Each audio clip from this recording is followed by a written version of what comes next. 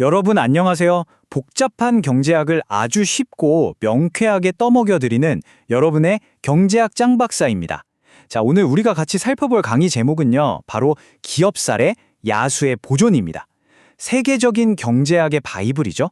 폴 크루그먼의 교과서에 등장하는 진짜 기가 막힌 실제 사례거든요. 보통 우리가 환경보호나 생태계 보존을 이야기하면 자연을 사랑합시다 같은 도덕적인 책임이나 강력한 법적 규제를 먼저 떠올리시잖아요. 그런데 오늘 이 해설을 다 듣고 나시면 생각이 완전히 바뀌실 겁니다.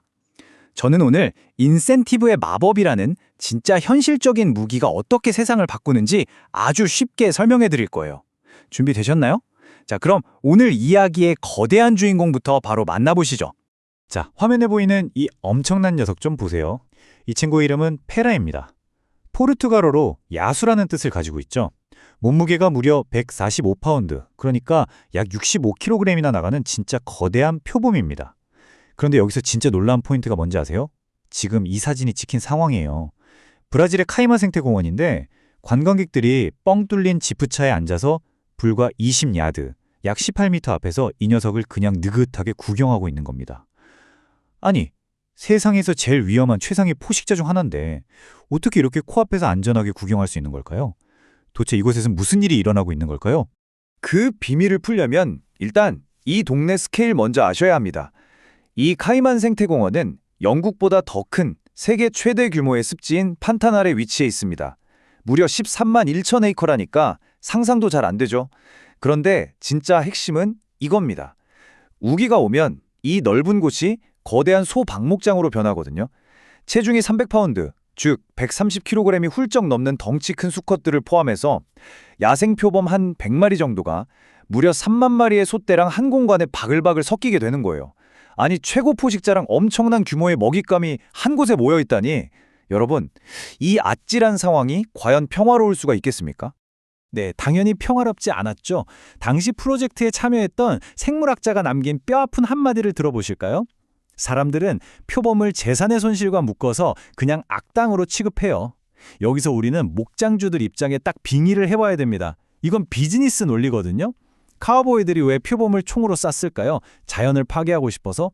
절대 아닙니다. 그분들한테 손은 뭡니까? 곧 재산이자 내 창고에 쌓인 재고자산이란 말이에요. 표범이 소를 물어간다?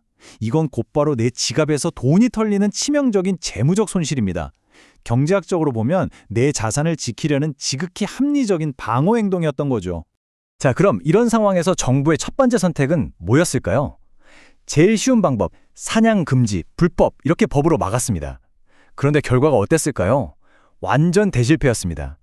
카우보이들이 현장에서 다 몰래 쏴 죽였거든요. 왜 그랬을까요? 화면을 보시면 아시겠지만 단순히 법으로 겁을 주는 것보다 당장 내 막대한 재산이 날아간다는 경제적 손실의 공포가 정말 훨씬 더 강력했기 때문입니다. 경제학에서는 이걸 인센티브의 충돌이라고 하는데요. 처벌이라는 채찍이 내 돈을 지키겠다는 강렬한 본능을 도저히 이기지 못한 겁니다. 바로 이 답답한 교착 상태에서 마리오 하버펠드라는 구세주가 등장합니다. 이분은 다짜고짜 도덕적인 훈계를 한 게 아니에요. 아주 기가 막힌 데이터랑 수식을 딱 꺼냅니다. 바로 1%라는 마법의 숫자였죠. 여러분, 화면에 있는 이 공식을 머릿속에 아주 크게 한번 써보세요. 표범으로 인한 손실 비용, 대 생태계 보존 가치. 하버펠드는 이 수학적 팩트를 증명해냈습니다. 실제로 데이터를 까보니까 표범들이 1년 내내 잡아먹는 소가 전체 가축의 딱 1%밖에 안 됐던 거예요. 목장주들은 막연하게 엄청난 손해를 본다고 덜덜 떨었는데 하버펠드가 사장님들, 이거 통계적으로나 수식으로나 사실상 무시해도 될 수준의 미미한 비용입니다 라고 객관적인 숫자로 명쾌하게 팩트 체크를 해버린 겁니다.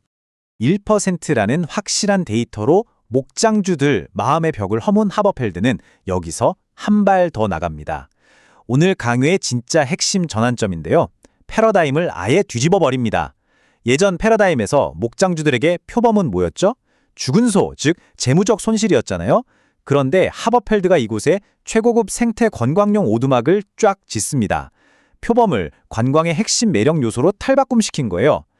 자, 이제 새로운 패러다임 속에서 표범은 눈앞에 나타나면 쏴 죽여야 할 원수가 아니라 막대한 재무적 이익을 가져다주는 황금알을 낳는 거위가 된 겁니다.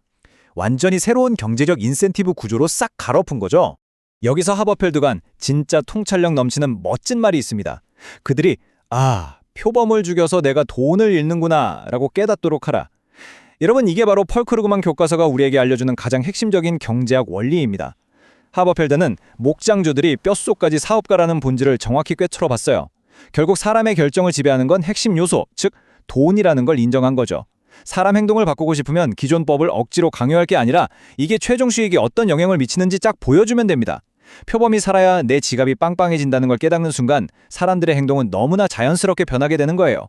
자, 그럼 이 기가 막힌 경제학 실험의 결과 과연 어떻게 됐을까요? 화면에 보이는 이 극적인 변화 데이터를 하나씩 보시죠. 생물학자들 노력으로 표범들이 인간한테 길들여진 후 2012년만 해도 방문객이 표범을 볼 확률이 고작 7%였어요. 그런데 놀라지 마세요. 2010년 6, 이 비율이 무려 95%까지 솟구칩니다. 거의 무조건 본다는 얘기죠. 게다가 카이만공원 방문객의 85%가 나는 오직 표범을 보기 위해 여기 왔다 라고 대답했어요. 제일 충격적인 수치는 마지막입니다. 가장 잘 나가는 최고급 오두막은 방 하나당 수익이 자그마치 $7,000를 찍었습니다. 인센티브를 일치시키니까 골칫거리였던 맹수가 지역 경제를 하드캐리하는 엄청난 자산으로 완벽하게 변신한 겁니다.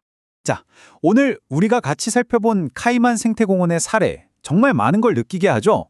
오늘 해설을 마무리하면서 여러분께 아주 중요한 질문 하나를 던지고 싶습니다.